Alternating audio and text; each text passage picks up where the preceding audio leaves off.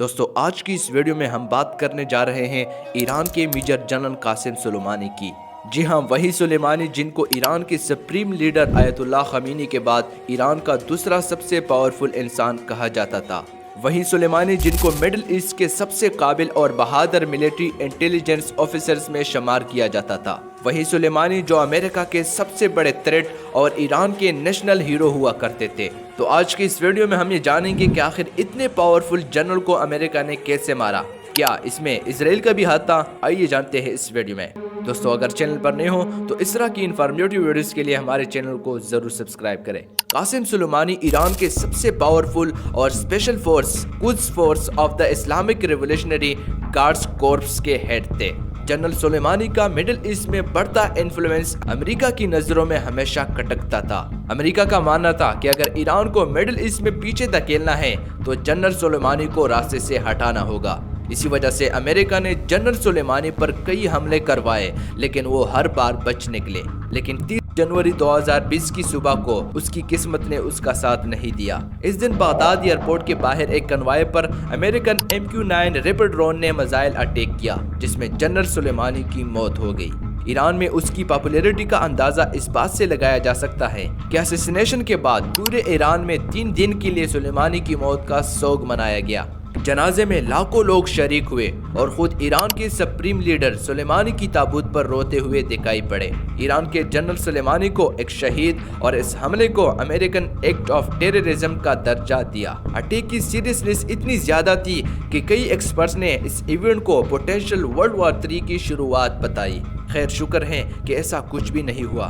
اس کا مطلب یہ نہیں کہ امریکہ اور ایران کے درمیان معاملات ٹھنڈے ہوئے، بلکہ آج تک امریکہ اور ایران کے درمیان جھڑپیں ہوتی رہتی ہیں۔ دوستو سب سے پہلے ہم یہ جانیں گے کہ کیا اس حملے میں اسرائیل انوالو تھا یا نہیں۔ دوستو جنرل سلیمانی کی اس موت پر دی ہندو نے ایک رپورٹ لکھی ہے کچھ سال پہلے، جس میں اسرائیلی defence system former intelligence chief major general Tamir Hayman کا انٹرویو کا ذکر ہوا تھا۔ یہ انٹرویو میجر جنرل ہیمن نے اسرائیل انٹیلیجنس ہیریٹیج اینڈ کمیموریشن سینٹر کو دیا۔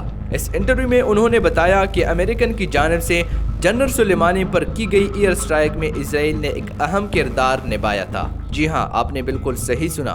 حالانکہ کئی انالیسس پہلے سے اس کیس میں اسرائیلی انوالومنٹ پر شک ظاہر کرتے تھے، کیونکہ اس ایئر اسٹرائک کے ایک ہفتے کے بعد MBC نیوز نے ایک رپورٹ پبلش کیا تھا کہ اسٹرائک کے دن جنرل سلیمانی کی ڈماسکس سے لے کر بغداد تک کی فلائٹس کی تمام خفیہ معلومات US انٹیلیجنس ایجنسی کو اسرائیلی ملٹری ایجنسی نے ہی دی تھی۔ اتنا ہی نہیں، سال کی شروعات میں یاہو نیوز کی ایک رپورٹ نے یہ دعویٰ کیا کہ اسرائیل کے پاس جنرل سلیمانی کی 3 موبائل نمبرز کا ایکسس تھا، اور انہوں نے ہی یہ نمبرز US ایجنسیز کے ساتھ شیئر کی تھی، جس کے چلتے انہیں جنرل سلیمانی کو ٹریس کرنے میں آسانی ہوئی۔ اس رپورٹ میں US ایجنسیز کو کوٹ کرتے ہوئے بتایا گیا کہ اپنے فلائٹ سے پہلے 6 گھنٹوں میں جنرل سلیمانی نے اپنا سیل فون 3 بار سوئچ کیا، لیکن اس کے باوجود اسرائیلی military intelligence US joint special operations command licence کے ساتھ مل کر ٹیل اویو سے ان کی لوکیشن ٹریس کرنے میں کامیاب رہے۔ لیکن ابھی تک یہ سبھی خبریں صرف نیوز ہیڈ لائنز کا حصہ تھی اور کسی آفیشیل سورس سے ان کو کنفرمیشن نہیں ملی تھی۔ اوپر سے اسرائیل ڈیفنس فورسز یعنی IDF کے آفیشلز نے خاموشی رکھی تھی، لیکن فائنلی اس خاموشی کو توڑتے ہوئے پہلی بار 2021 میں اسرائیل کے ملٹری آفیشل نے اس حملے میں اسرائیل کے رول کو پبلکلی ایکنالج کیا تھا۔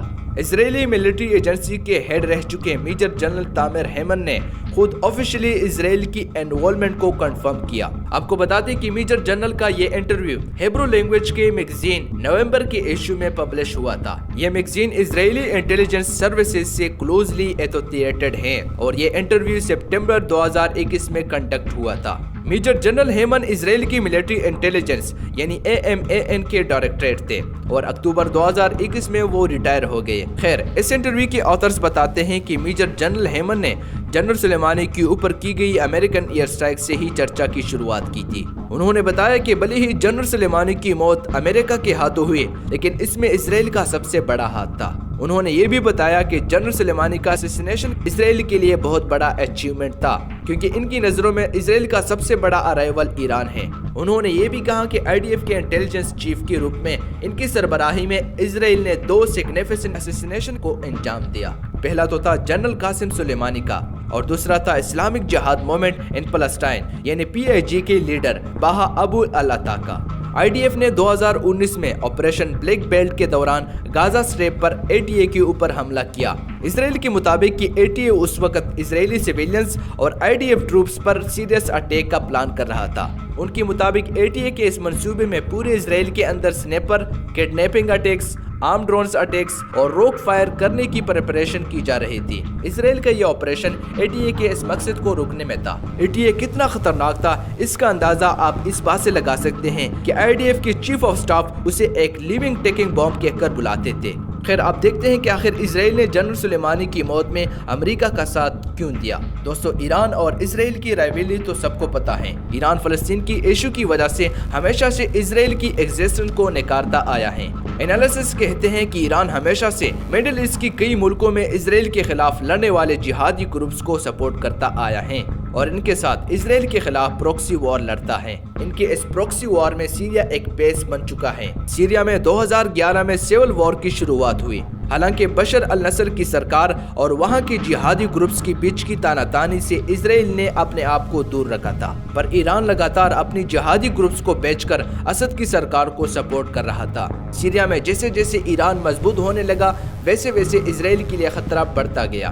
اسرائیل کو ڈر تھا کہ سیریا میں اپنی ملٹری بیسز کا استعمال کر کے ایران اسرائیل کے اوپر ڈائریکٹ اٹیک کر سکتا ہے۔ اسی ڈر کے چلتے اسرائیل نے سیریا میں موجود ایران کی ملٹری بیسز پر اٹیکس کیے۔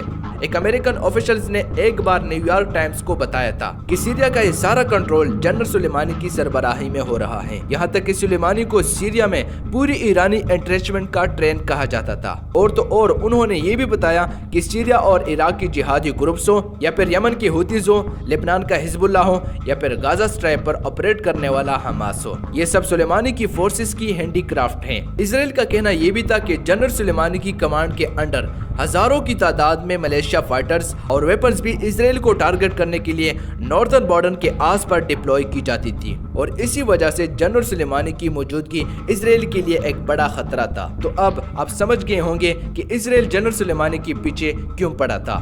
خیر ہم آپ کو بتاتے چلے کہ یہ انٹرویو ایسے وقت پر پبلش ہوا تھا جب UK، US اور یو جیسی ورلڈ پاورز اور ایران نیوکلیر پروگرام کے سندر میں نئے ایگریمنٹس بنانے میں لگے ہوئے تھے۔ ایسے میں ایکسپرٹس کہہ رہے ہیں کہ اس انٹرویو کا خلاصہ ایک ایسے کریٹیکل موقع پر ہوا تھا جہاں اس کا ڈائریکٹ ایفیکٹ ان نیوکلیر مذاکرات پر ہو سکتا تھا۔ تو دوستو یہ تھی پوری کہانی جنرل سلیمانی کی موت میں اسرائیل کی انوالومنٹ کی۔ اس پر آپ کی کیا رائے ہے کامنٹ سیکشن میں ضرور بتائیے۔